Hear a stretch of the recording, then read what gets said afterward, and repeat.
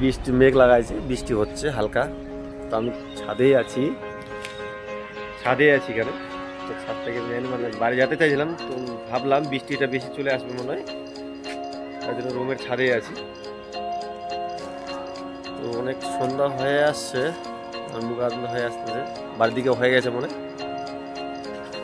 এই দেখো পরে কি সুন্দর, কি হারে মেঘ লাগাইছে, কালো হয়ে আসছে চারদিক থেকে, আর আকাশটা কেমন লাইট মারছে একবারে।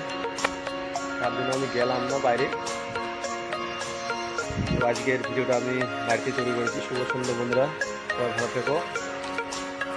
এই জন্য যেতে পারলাম না। এই যে আকাশটা কেমন করছে দেখো, কেমন মেঘ লাগানো আছে, অন্ধকার হয়ে আসছে।